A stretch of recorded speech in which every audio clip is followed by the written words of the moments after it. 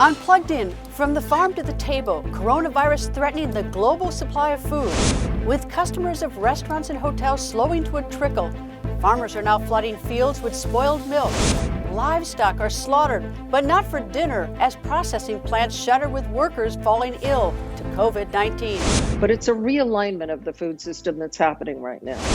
In East Africa, the lurking virus and the pandemic, but they are also doing battle against a second invasion of hungry locusts. Unplugged in, coronavirus, the global food crisis.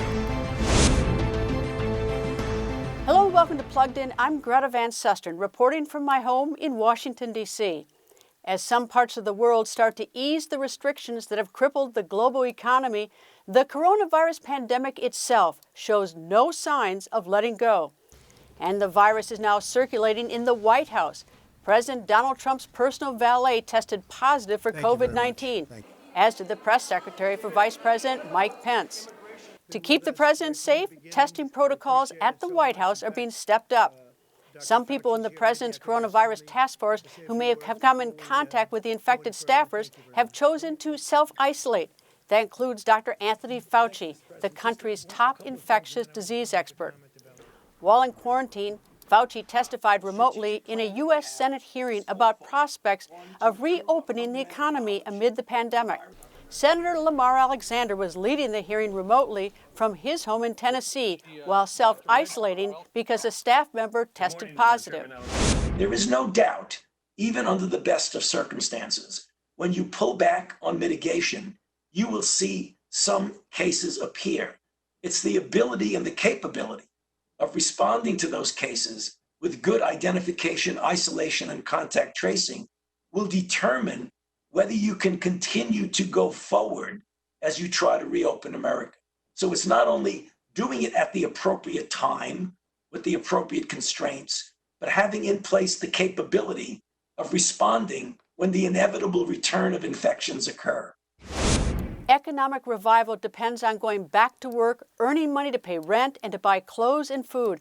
Buying food is becoming more of a challenge because of the coronavirus. At least 115 U.S. meat and poultry plants have reported COVID-19 cases. About 5,000 workers, roughly 2% of the industry's workforce, have fallen ill. 20 have died. The outbreaks were serious enough to shut down 18 meat plants across the country. Some economists say American consumers can expect to see 30% less meat on store shelves. And that could lead to higher prices, as much as 20% more than American consumers paid this time last year. U.S. hog farmers in particular are struggling, prompting intervention by President Trump to keep the meatpacking industry open. VOA's Midwest correspondent Kane Faribaugh has more. At a time when many Americans are growing concerned about the cost and availability of meat on grocery store shelves, Illinois pork producer Brian Duncan is worried about his farm surviving what he calls an economic tsunami. The market's fallen off a cliff the last 2 weeks. Hogs on our farm, the prices dropped 50%. As Duncan explained to VOA via Skype, he's hemorrhaging money on each hog he sends to market. No, every hog that goes to town right now is taking about $60 or $70 of equity with it. It's the worst I've ever seen. Contributing to the steep price drop is changing demand, both domestically and internationally, as COVID-19 restrictions shuttered many restaurants, cafeterias, and public food venues. While consumer demand for pork is up, commercial demand has plunged. Another major factor is the spread of coronavirus among workers at U.S. meat processing plants, forcing the suspension of some operations and reducing the country's overall slaughterhouse capacity. We're not shutting down every processing plant in the United States. It's localized, so we're diverting animals from one facility to another. It's going to cause some disruptions. And the pain may not ease anytime soon. Commodity analyst Carl Setzer doesn't foresee a dramatic rebound in hog prices, even when processors that closed or suspended operations eventually ramp back up. We're going to see some weaker values as we move forward, simply because packers aren't going to be in a hurry to go out and get animals that they can't process in a timely manner and that they can't get through their chutes. The end result is a seeming paradox. Supermarkets unable to meet demand for pork even as farmers feel economic pressure to reduce livestock. And hog farmers aren't the only ones impacted. It just depresses our prices. Ron Kindred isn't raising hogs on his Atlanta, Illinois farm, but he does plan to grow soybeans, which are made into food for livestock. Fewer hogs means decreased demand for animal feed, which affects soybean and corn prices. We've got to have the demand to have support, or else the prices just keep dropping, and that's what we've seen to this point with this COVID going on and these processing plants cutting back and shutting down. It has a huge impact on us out here in the countryside. President Donald Trump has ordered meat processing plants ravaged by COVID-19 to reopen, a move Kindred supports. It's good for us out here on the farm that the processing plants stay open. I think what they're worrying about is feeding the people in the U.S. I mean, if we shut all of our meat processing plants down and aren't sending that meat out, then what are people going to eat? And we're going to have a big uproar in the U.S. here if people don't have cheap food to eat. Americans are unaccustomed to food shortages. As the pandemic drags on, the supply chain from farm to dinner table is increasingly strained. Kane Fairbaugh, VOA News, Atlanta, Illinois. With farmers and consumers feeling the strain of supply chain disruptions, U.S. Agriculture Secretary Sonny Perdue says the Agriculture Department will spend about $3 billion to buy excess milk, meat, and vegetables and send them to food banks and schools. I spoke to Ann Veneman, former U.S. Secretary of Agriculture under President George W. Bush. I asked her whether efforts by the federal government go far enough to help those in need. Well, I think in the food distribution area, it takes a while. Again, I think it's good that he's using those authorities. Those authorities are there. They can be used. They're used for a variety of purposes, for food banks, for school lunches, and so forth. And now they need to use those authorities to address some of this excess produce that is from the fields and on the marketplace. But it has to be done quickly. These are perishable products. And so, some of these adjustments take time, but it's very important that he is using those authorities. I think the other thing that's happening, and there was a story just this morning about the impact on children, that there's 17% of children in this country right now that aren't getting enough food. Despite the fact that there's a lot of food being distributed through schools that would have been school lunch feeding and so forth, but it's not reaching everyone. And we know, and I particularly know both from working at USDA and at the UN, that particularly when small children don't get adequate nutrition, it can affect them throughout their lives. Because if they don't get enough to eat when they're young, it can affect brain development, which then impacts their ability to learn in school and earn as an adult. All right, you talked about the meat packing industry. Horrible stories about what's going on there. Can the meat packing industry be safe? Can you do social distancing in a meat packing factory? Well, that's what they're trying to do now. As I said, several of them have closed down. They're now trying to reconfigure, put less people in the plants, social distance them, give them PPE, protective equipment, as well as in some plants, they're working with plexiglass shields to actually separate the workers who have been working shoulder to shoulder. It's no surprise that these have been real hotbeds of infection. And so in order for these plants to open back up, there really needs to be adjustments in how workers work and how they take their breaks and how they go to work. And I think the meat plants are now trying to adapt to that, but whether or not they can actually process at the rates they were doing with people more separated is a question that I think will be with us for a while. So the supply will go down, presumably, and the costs will go up. Does the meat industry in this country, does it export a lot of its meat overseas, or is it all consumed domestically?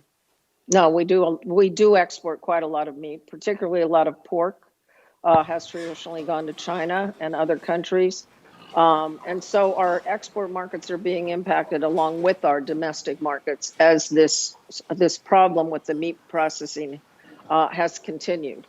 Again, hopefully it's a temporary problem, but these plants have to be adjusted so that people aren't in such proximity and so closely working together that they continue to get infected. In light of all that, what you're saying, and in light of sort of the path that everyone's taking, whether it's PPE, protection equipment inside, or some social distancing, what's sort of a reasonable projection? Like if you and I were having this conversation in August, what do you think is going to be going on in terms of the meat industry?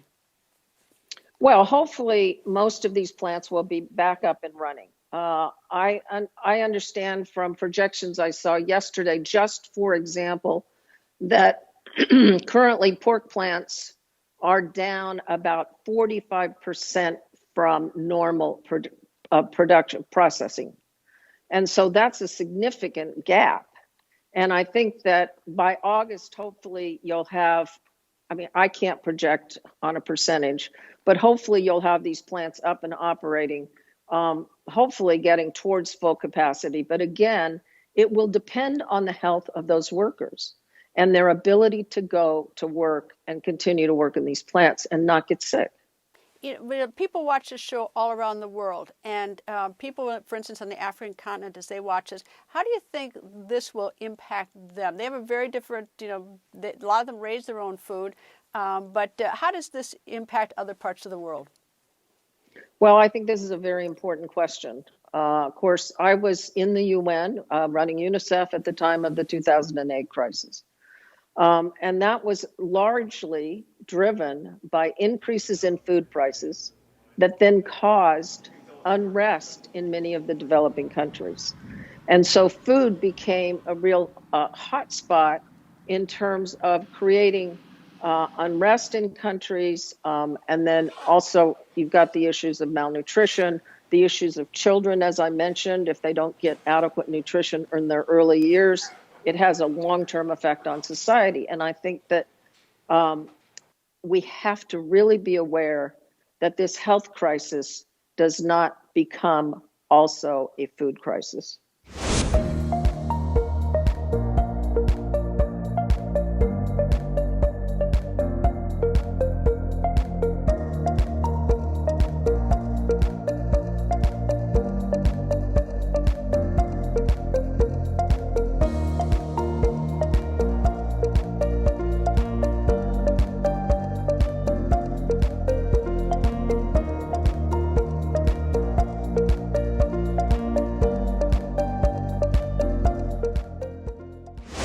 According to the head of the UN's food agency, the coronavirus pandemic will push the world into a food pandemic. The World Food Program Executive Director, David Beasley, warns of multiple famines, in his words, of biblical proportions. VOA diplomatic correspondent Cindy Sain has more. Armed conflict and poverty are already forcing millions of people around the world to go to bed hungry every night. The World Food Program analysis shows also, due to the coronavirus, that an additional 130 million people could be pushed to the brink of starvation by the end of 2020. That's a total of 265 million people. Humanitarian organizations, such as the Christian group World Relief, are also sounding the alarm. World Relief says the focus is likely to shift from coronavirus health-related concerns to starvation. When we think just a few steps ahead, the potential impact on economics and food security could be devastating for much of the world, especially in sub-Saharan Africa, East Africa, Southern Africa particularly, where the economic factors are going to be significant, contributing to food insecurity, especially in areas that we don't usually see it in, like urban areas. World Relief is calling on the U.S. and other countries to take decisive action. So we, along with other international development agencies, are calling for the U.S. government to appropriate another $12 billion towards international assistance for this crisis. If the world fails to act, relief experts say more than 30 countries could face famine as remittances from overseas and tourism revenues dry up. Cindy Sain, VOA News. In Myanmar's IDP camps, access to food, aid, and information has become increasingly difficult as travel restrictions increase. Here in Kachin State, longtime camp residents who earn a living from casual labor say they have a lot more to worry about than the virus itself. We aren't afraid to get the virus Corona-19 because the most important and dangerous thing for us is the money needed for our family's food supply. If we are shut out of food, we will all die. Food is in short supply, and so is information about the coronavirus. To help camp residents better understand the highly contagious virus, a media group has produced a video with a special message. We can check, like, the ITB people, do they have enough information about on COVID-19 or not? And the second thing is, even the ITB children understand about the COVID-19, and then why don't we? The IDP camps were formed when civilians fled fighting between government forces and ethnic armed groups, a conflict that continues in Arakan and Karen states. In the biggest IDP camp of Etuta, vital rice supplies from Thailand have halted since the border closure in March, putting the camp in danger of running out of food. The UN country team in Myanmar has to get really forceful with the government of Myanmar and say, look, this is life and death. It's time to end these restrictions and let people get the assistance in there that needs to be reaching these people. As Myanmar braces for a possible outbreak of the deadly virus, civil society groups are calling for more aid for those in the ethnic areas, since they are among the most vulnerable to COVID-19. Steve Sanford for VOA News in Krabi, Thailand. Scientists say failing to act on the potential economic and social consequences could lead to an explosion of new hotspots of severe hunger and malnutrition around the globe. I spoke to Maximo Torrero, the Assistant Director General for Economic and Social Development at the UN Food and Agriculture Organization. I asked him about the possible long-term and short-term impacts on food supply chains in some of the world's most vulnerable countries. And what we are observing today, we can split it in two types of commodities, what we call staple commodities, which is maize, corn, wheat, soybeans, and rice, and the high-value commodities, which is fruits, vegetables, meat, and other like milk and fish. In the case of the staple commodities, what we know is that we have sufficient stocks, close to double what we had in 2007 and 2008. We have very good harvest this year in all the commodities, and it's capital intensive, meaning lack of labor doesn't affect this sector. What this means is that the only problem was logistical, and the logistics were complex 2 to 3 weeks ago in some of the key exporting countries, but most of them has been resolved. But that period of uncertainty of logistics creates some countries to overreact and create some export restrictions. In the case of the high-value commodities, the story is a little bit more complex. No? Why? Because they are labor-intensive, so they require labor. And labor is being reduced because of the lockdown, but also because of the health issues, and also because people doesn't want to go to work because they're afraid. Second, they are more perishable, so any logistical delay will affect the commodities, and that's why we are observing producers of milk that they cannot move their milk on time, and therefore they have to get rid of it, and also in strawberries and many other commodities. And third, the processing part of the high-value commodities is a little bit more complicated because the packaging, for example, requires a lot of labor-intensive activities. A lot of people very close together. And that's why we are observing the problems we are observing in meat in the U.S., where there is a lot of positive cases, and that make the biggest processing meat plant in the U.S. to close 4 of the 5 plants because of the number of positive cases. What can be done? I mean, what would we like to see change now? We need to make the invisible visible. What this means is that there will be new hotspots of severe hunger and severe food insecurity. And we need to look at them. We need to identify and quickly develop indicators like our food insecurity experience scale, which allow us with 8 questions to identify if a household is food insecure, is severely food insecure. Because all these urban areas that are being affected will be moving, and we need to identify where they are so that the safety net programs can look at them. Let me give you an example. Bangladesh. Bangladesh depends a lot on clothing industry. The clothing industry has received a significant shock because they expect a very low demand. So you will have an enormous amount of workers that will lose their jobs, and they will be food insecure for a period of time. So we need to, first of all, to find ways to expand the safety net mechanisms to help those. In terms of the productive side, what we need to do is a little bit more complicated because essentially we were expecting before a V-shaped recovery. Now what we are expecting is a U-shaped recovery, and we don't know how long the base of the U will be. It could be 12 months, it could be 18 months. It will depend on many aspects that we don't know really.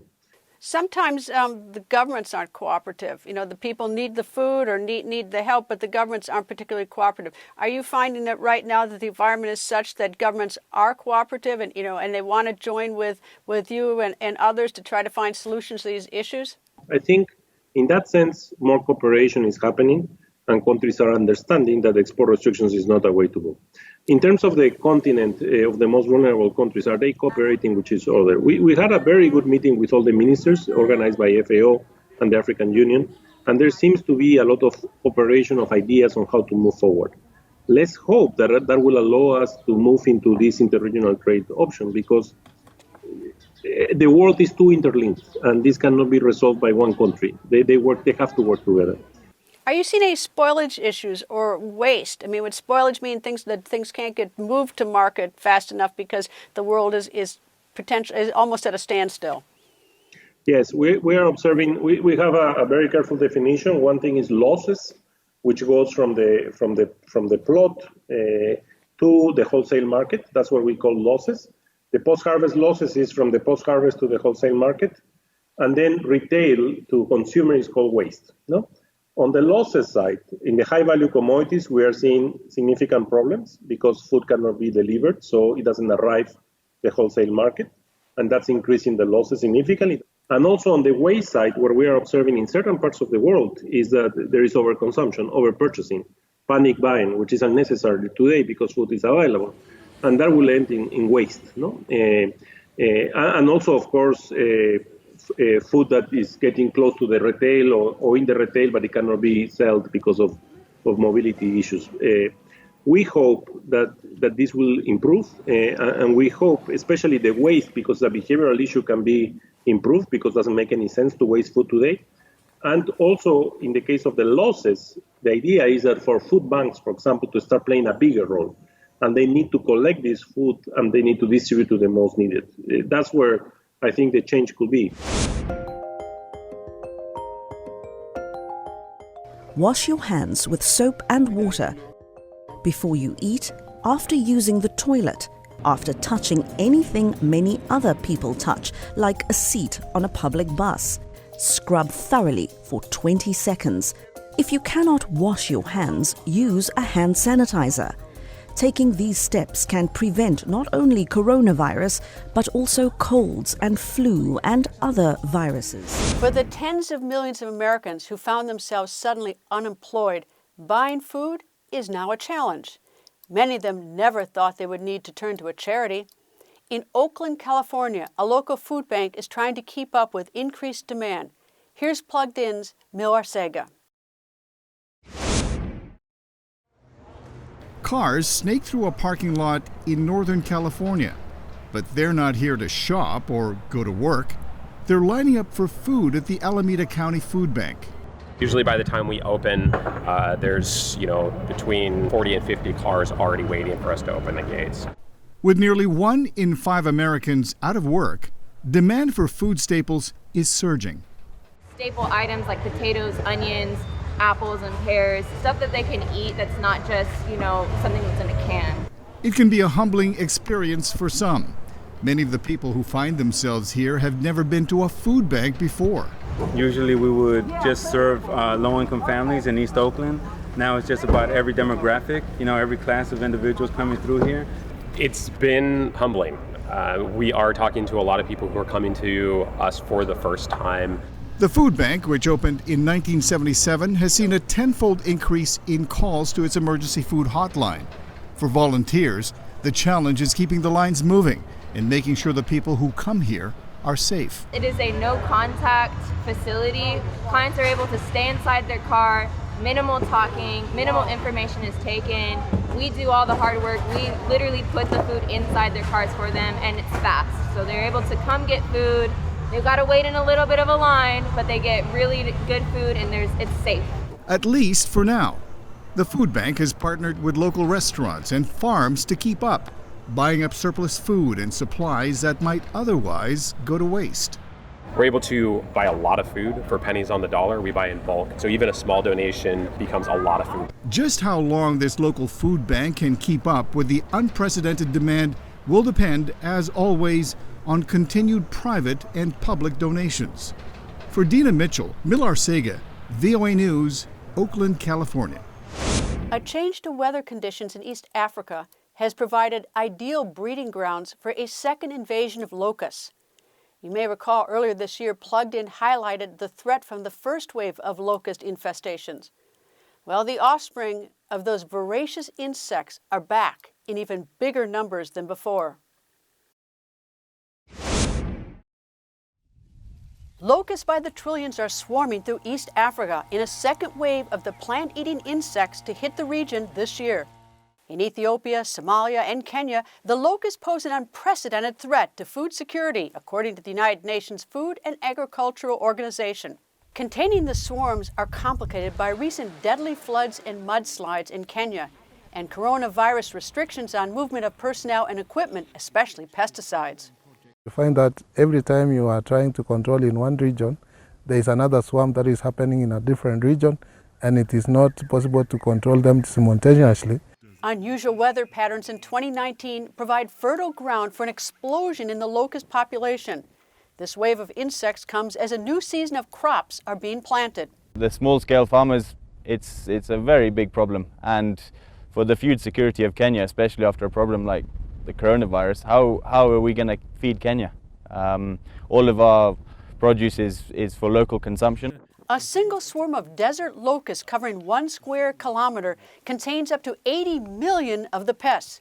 They can move about 160 kilometers a day, depending on the wind. Weather conditions are ripe for a third generation over the next few months. The UN says locust swarms grow by a factor of 20 from one generation to another. With the new locust threat and the impact this pandemic is having on already strained, some might say, dysfunctional global food systems, not to mention what it is doing to our daily lives, it might be helpful for all of us to pause for a minute and take the good along with the bad. That's what VOA reporter Julie Thibault found out. Hi, my name is Julie Thibault. I work in the newsroom at Voice of America. And like many of my colleagues, I work from home nowadays. My schedule is 9 to 5. So I do a lot of work from home, including interviews, research, and writing, and work together with a team of wonderful people. I live with my husband in Washington, D.C., and we have a son who also lives in the city, not too far away from us. My mother lives in an assisted living facility about 10 minutes from our house. I can't see her right now because they're in lockdown over there, but I do speak with her on the phone every day, which gives me some comfort. I read something on Facebook recently that really resonated with me, and that is that rather than count the days, make the days count. And I'm really trying to do that and achieve that work-life balance. So after work, I do a number of things that are simple pleasures that give me a lot of comfort, both psychologically, physically, and spiritually. This is one of my favorite trails near my house. I come here every day after work. As you can see, it's very beautiful. Lots of trees, very quiet, sounds of nature.